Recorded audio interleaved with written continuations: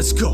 I'm on a journey to discover the truth. Living life in recovery is lovely. You got the power in you. Surround yourself with positive energy. Judges hitting people with provocative penalties. Need to make a change. Advocate to change the laws. Prove to people that it's not insane. When you stand behind a cause, I'm here to speak about the pain. Recover loud to normalize the disease that's been killing all my friends and my family. The time is now to let it all go and recover loud. The benefit is healthy people, family and friends that never have to overdose ever again.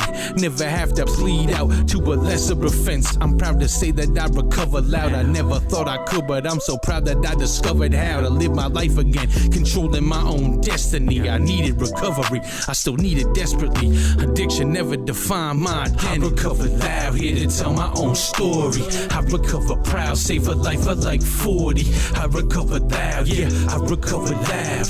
I recover loud, yeah, I recover loud. I recover loud, here to tell my own story. I recover proud, save a life of like 40. I recover loud, yeah, I recover loud. I recover loud, yeah, I recover loud. I recover loud. I recover loud. I recover loud. I recover loud.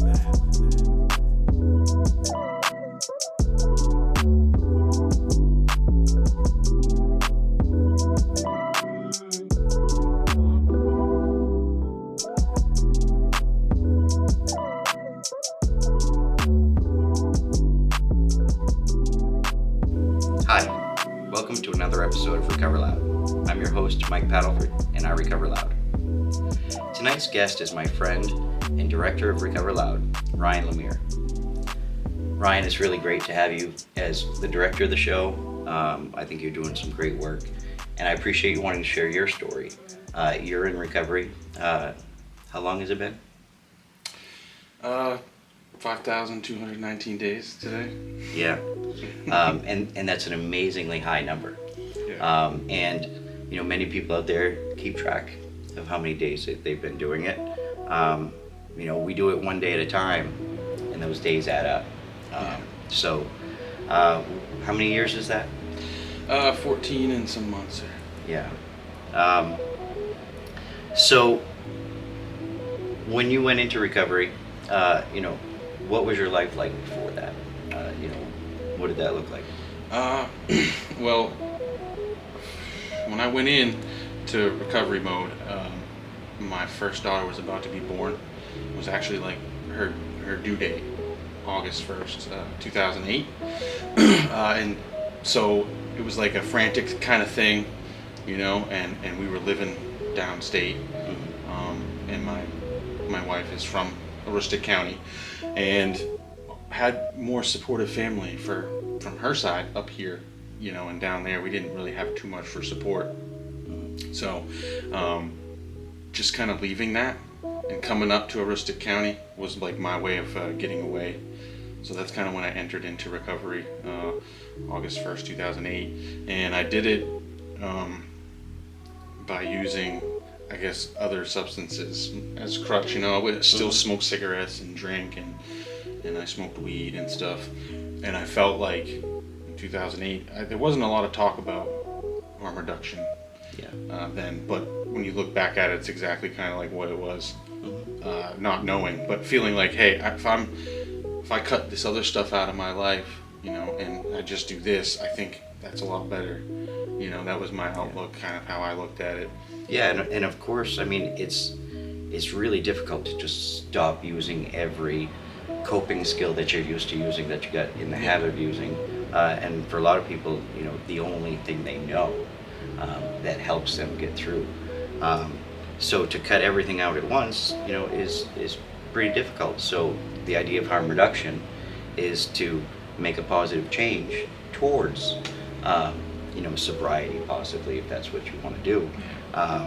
So you're able to stop doing the things that were going to kill you, you know, and you know, start to live your life again. What was your life during use like? I mean, use for me kind of started. I mean, I guess in middle school would be the first time I ever really did anything. even further back, 4th grade, tried my first cigarette. 9, 10 years old, something like that. A friend of mine at school said, thought cigarettes are cool. I knew my mother smoked cigarettes. I wasn't one way or the other on it. He said, hey man, let's hang out after school and smoke some cigarettes. And I'm like, hey man, that'd be pretty cool. My mother smokes, his mother smokes, that kind of thing. Right. And and then in between 7th and 8th grade, I remember drinking for the first time, just a ridiculous amount.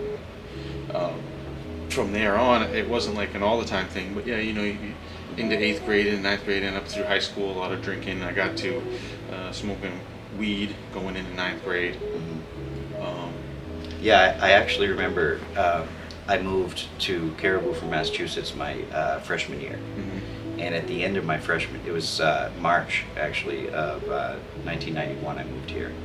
And, I didn't make a lot of friends right away. But towards the end of the year during finals, one of the other kids looked at me and said, you want to go to a keg party this weekend? And, because I had drank before, I felt this is my chance to make friends, to fit in with all of these other people who grew up together. Yeah. So yeah, I get that. I moved around a lot too. Yeah. When I was a kid, almost every year I'd be at a different school until I got to like the 6th grade, where we kind of settled in one place. But all up until that, and then getting there was kind of the similar thing. Like I didn't know any of those people, so I had to make friends, and I was kind of trying to be like, the cool kid, do whatever. Like, be the chameleon and try to find a group that accepts you. And that's what we look for. We look for acceptance. Yeah. So where would it be growing up that you would actually call home? Well, I grew up, in southern Maine, the Tri-City area, which is like Biddeford, Sauk, Old Orchard Beach, is where I moved around when I was a lot younger. A lot of family there, and then my mother and stepfather moved to Arundel, which is basically Kennebunkport, same zip code, just not as close to the water. But I lived there from 6th grade onward, and till my mother had moved away after I moved out. So I spent a lot of my time there. I went to Kennebunk High School. I was in Arundel school from 6th grade onward. So that's where I met a lot of my friends and did a lot of my exploratory, usages. And a lot of it, like I said, was drinking to begin with. That was the big. So did you have a lot of police involvement in your life? Not a lot. It was all for stupid stuff, Not showing up to court or not paying fines was the biggest thing. Some driving without a license. I had OUI in 2007. So there's the drinking part of everything, So, but most of my police involvement was little. I did spend some time in there for, saying I was somebody else one time when I got pulled over drunk. Saying I was somebody else, a friend of mine I knew. Yeah. And so that severed ties with that friend. When he found out about that, obviously that's part of the burning bridges along the way kind of thing. Yeah, we do some crazy stuff. Yeah. But no, I did spend some time in jail. I got a possession charge in 2007. So 2006-07 was a rough time for me. I spent some time in York County Jail and Cumberland County Jail, but never for too long. And then right back to the same stuff, Yeah. So.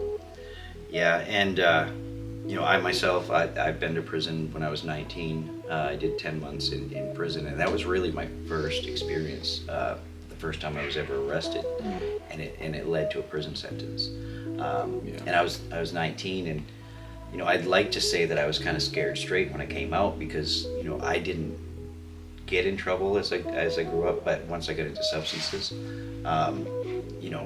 the risk is always there. Yeah. So even though you didn't get caught, didn't spend much time in jail after that, were you still doing risky things? Oh yeah. Yeah, I did a lot of risky stuff. My ascension to using the harder drugs took a little while. Like I said, cigarettes early on, then alcohol, and it wasn't until senior year I started experimenting with other things like mushrooms and MDMA, cocaine, stuff like that. Pretty quickly went to that. And obviously still drinking and everything like that. So I usually say from 17, 18 onward to about 23, it's a lot of things that were questionable that I did. Yeah. It was a short time frame, but I did a lot of things. I burned a lot of bridges with people that I probably shouldn't have. Yeah. And I did a lot of things, didn't always get caught, you know. So there's definitely times I look back now, things that I did then, and I'm like, I'm damn lucky that something didn't happen, because I could have been in there 10 months, a few years of some of the stuff that I did to get by, if you have it, whatever thing, you know, live this certain lifestyle or whatever. So, yeah. Yeah, and my whole point with that is, the risk, we never really consider that. I mean, we always know it's there. Yeah. But we're not gonna stop doing what we have to do. I always say that, the use led to us doing these things, and then these things led to us using. You know what I mean? So sometimes we get high and we do stupid stuff, or sometimes we have to do things in order to get high. But there's just a lot of stuff that goes on. Yeah. When I was 18, kind of fresh out of high school, in that summer, I linked up with a guy who was pretty big in Maine, making music at the time, and showed him some of my beats, and he introduced me to his manager, and he signed me to a management deal, and then it was a downhill spiral from there, because the guy who was a manager, little did I know, was into coke and drinking, and that was all he was doing, and so was I. So it was like when we linked up, it was just like a tornado. And it spiraled really quickly into about so that was like 2003. By 2005-06, like that's when I started to get arrested. Things were really bad, but in that time frame, we were at the studio every day, every other day, or we're running to get drugs and we're trying to flip stuff for money, and it was just always living that lifestyle, and like sleeping on the couch, sleeping in Deering Oaks Park. Like I'd sleep wherever, people's front entryways, like in Portland, just walk up and down the street till I found an entryway, go in it.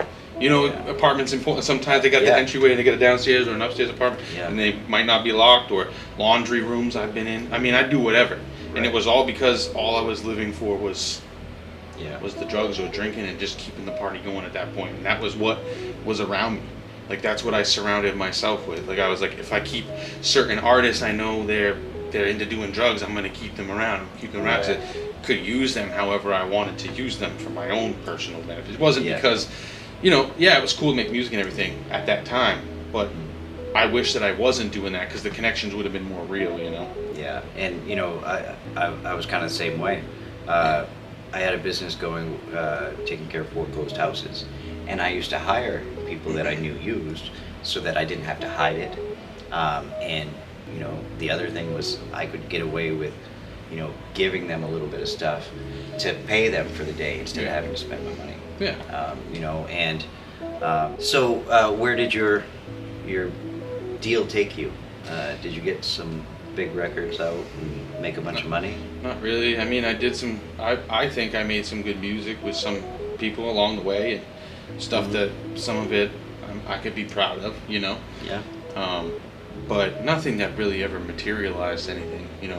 I would be literally at some point I would be in the studio, not even mine, just someone else's place. And I'm there taking over, and I'm making beats, and I'm only making beats so that I could get coke. I'll make a beat and I hit up the coke dealer who would happen to be a rapper, just made fire beats. Like I got 10 on a CD right now. If you give me like a gram or an 8-ball or whatever it was, and he'd be like, all right, bring them over. And then, it was just, that was my lifestyle, and that's how people viewed me, so in that frame. Instead of the music, it became about the drugs. Right. And, when that's the focus, of course, you're not doing your best work, you don't care where it's leading you, as long as it's leading you to the next hit. So last year when I came up for the Recover Loud Acoustic event, Ryan Page was up here speaking for me, and you guys decided to shoot a video while he was here. Yeah. And that was the first time I really met you, and I got to see your work. So then this past summer, of course, when I decided to come to Caribou, you were the first person I thought of to help me direct this show. So I've always appreciated that connection. And the work that you do is really good. You're still making beats today? Oh yeah. Working with artists? Yep. like a lot more selective of what I do and who I work with or whatever, but I still work with people. I like making music videos. That's kind of like my thing now, because making music so long, it just, not that it's boring, but sometimes it gets stagnant. Yeah. So I got some cameras. That's how this all got started. Was I was asking around and who's going to make music videos, because I was asking for some artists in 2019. I was working with some people and they wanted to make music videos. And they're like, you could do it, right? And I'm like, I don't know. I don't have a camera or anything.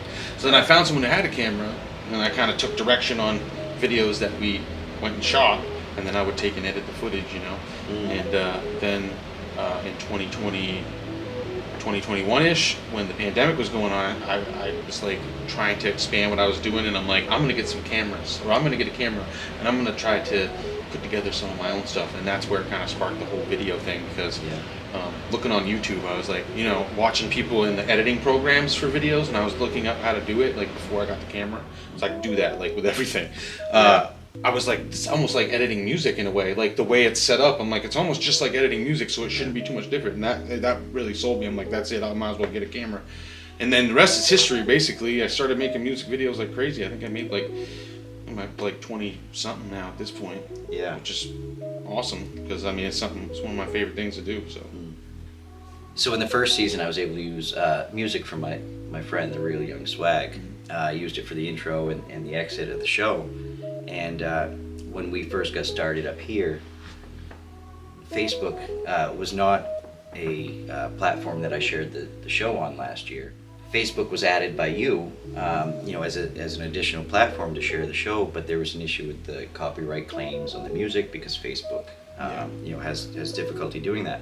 So we were discussing it, and you had told me real quick that you could use some of your beats for the intro, and then the next day you said, I wrote a theme song. Right. And I was actually blown away. The idea of having our own song for the show, I didn't think that was real. Right. I mean, I never expected that. So I mean, you brought a lot to the show, and just that gives me a great appreciation for you, and also your recovery. And just listening to what you shared, you're able to focus on the work now, because it's not the drugs we're chasing. Right. Yeah. And I think you're doing great. Yeah, and that's the song was just like I was bummed out. That's how it came about. I was bummed out that we had to change it at all, because I liked how it was too, and I didn't want to. I may have differences with Young Swag, but I wanted to use the song. I did. You know that. Yeah. And so I was really bummed out, and I'm like, I want this to be good, because I was like, I could throw a beat on there and it will sound okay. Yeah. But if we actually take time to write something out, and then once I started writing it, it just flowed out, Yeah. So I was happy to put it together, and I was glad that it came together so quick too. Yeah. I was surprised. I never wrote a theme song for anything, so it was totally new for me. Yeah, and to do it so quick, on the spot, a lot of music takes, inspiration, creativity, and sometimes we just don't. I have a lot of that. I have a lot, yeah.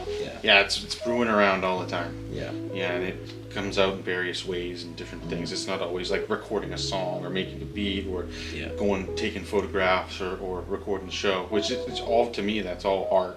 Yeah, of course. Everything is, no matter what, it's a digital art. And I make flyers or make composite photos. That's one of my favorite things to do. Yeah, so when I first started the show, it had nothing to do with art. I had a message.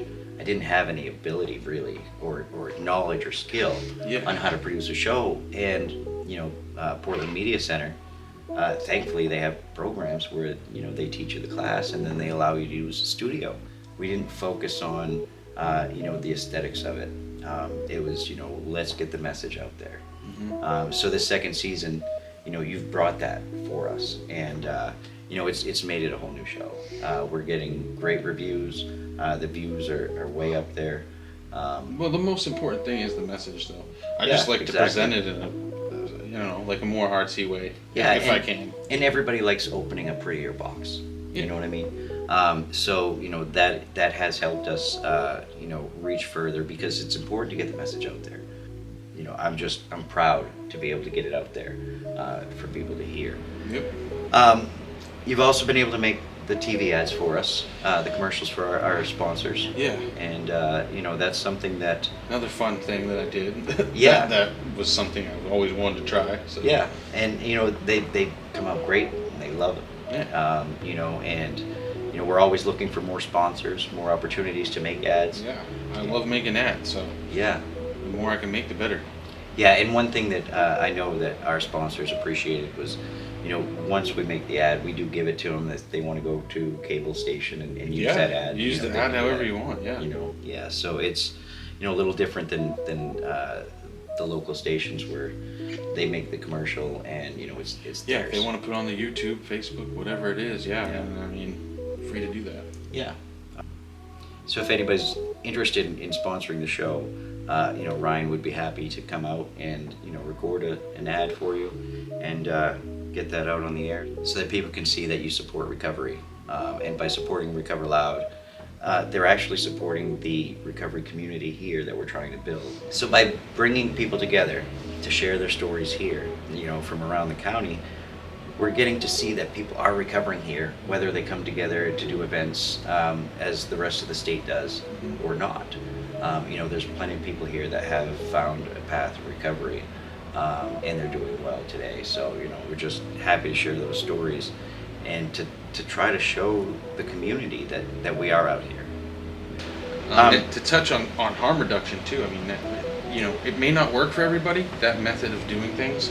Some people are, that's it, I need to stop completely, whatever. I just know it worked for me because I went from doing hard drugs to I was smoking cigarettes, drinking, and doing weed still, right? 2011 came along, no more cigarettes. 2013, no more drinking. And now I'm just medical marijuana. Yeah. So it's like that's all I do now, and that's harm reduction to a T. Oh, absolutely. And I feel like maybe not everybody that works for, but if we keep that open as an option and people are all open to that, especially medical marijuana or whatever, Suboxone, methadone, that kind of thing. Yeah. If that's helping people live a normal, healthy life, there should be no argument against it, in my opinion. Yeah, and the basis behind harm reduction is once you suffer a fatal overdose, there's 0% chance of recovery. Zero, yeah. So any positive step forward is going to keep you alive. And Recover Loud, we share as many different paths to recovery. Yours was a hard decision for an important event in your life, and you changed locations and you found support, and that worked for you. Yeah. That doesn't necessarily work for everybody, but for you, you found what you needed. I never had a treatment program or plan or anything. Yeah. It was my daughter was being born, and this is what I can use to make the change. Yeah. Yeah. So Yeah. that's And- basically what it was. If that would have never happened, I can't say what would have happened to me, honestly. So. Yeah.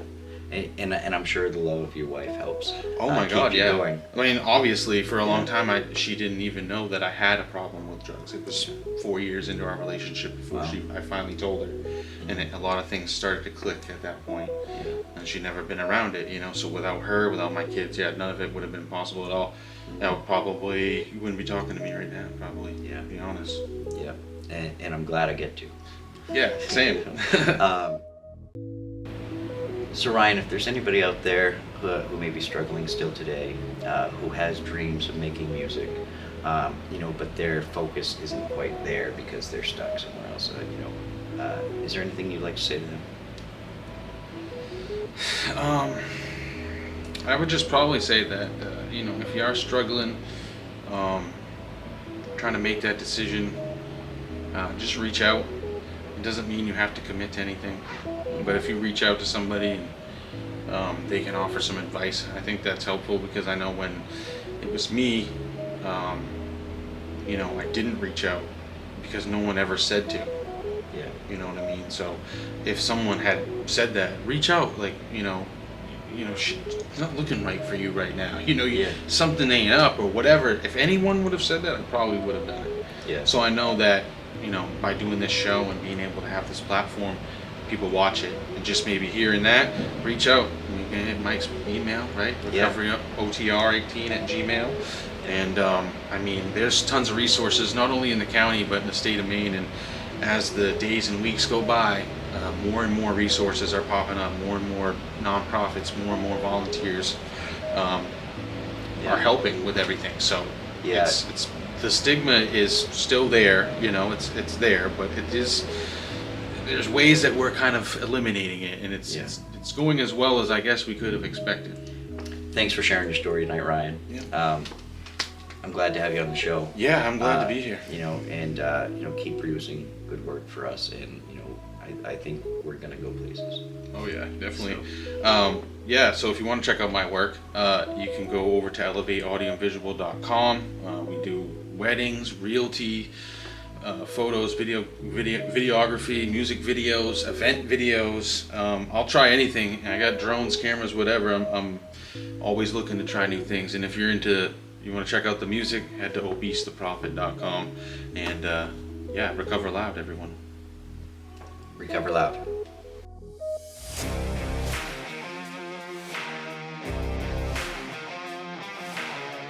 Anderson's Auto Repair, locally owned and operated in Sweden, Maine, specializes in all make, all model vehicle diagnosis and repair.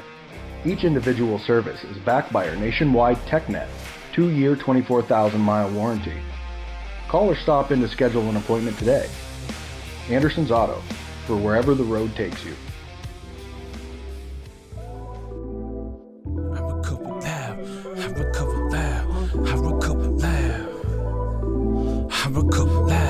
I recover loud. Let's go. I'm on a journey to discover the truth.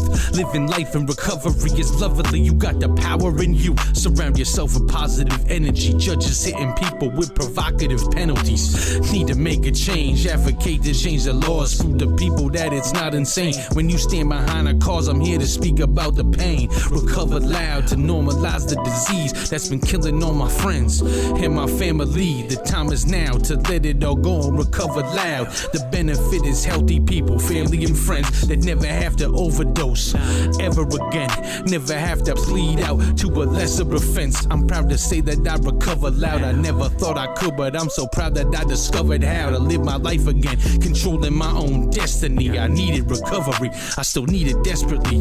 Addiction never defined my identity. I recover loud, here to tell my own story. I recover proud, save a life of like 40. I recover loud, yeah, I recover loud. I recover loud, yeah, I recover loud. I recover loud, here to tell my own story. I recover proud, save a life of like 40. I recover loud, yeah, I recover loud.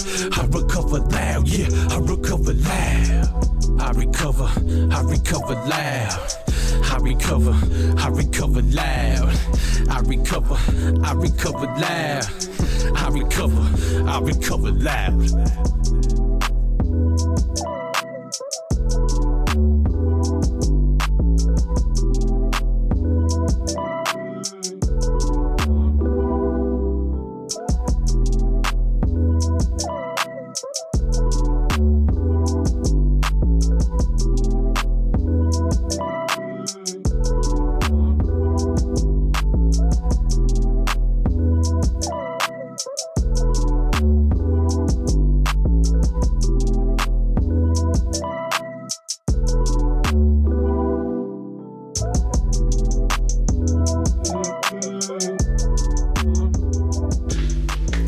My name is Ryan Lemire, and I recover loud.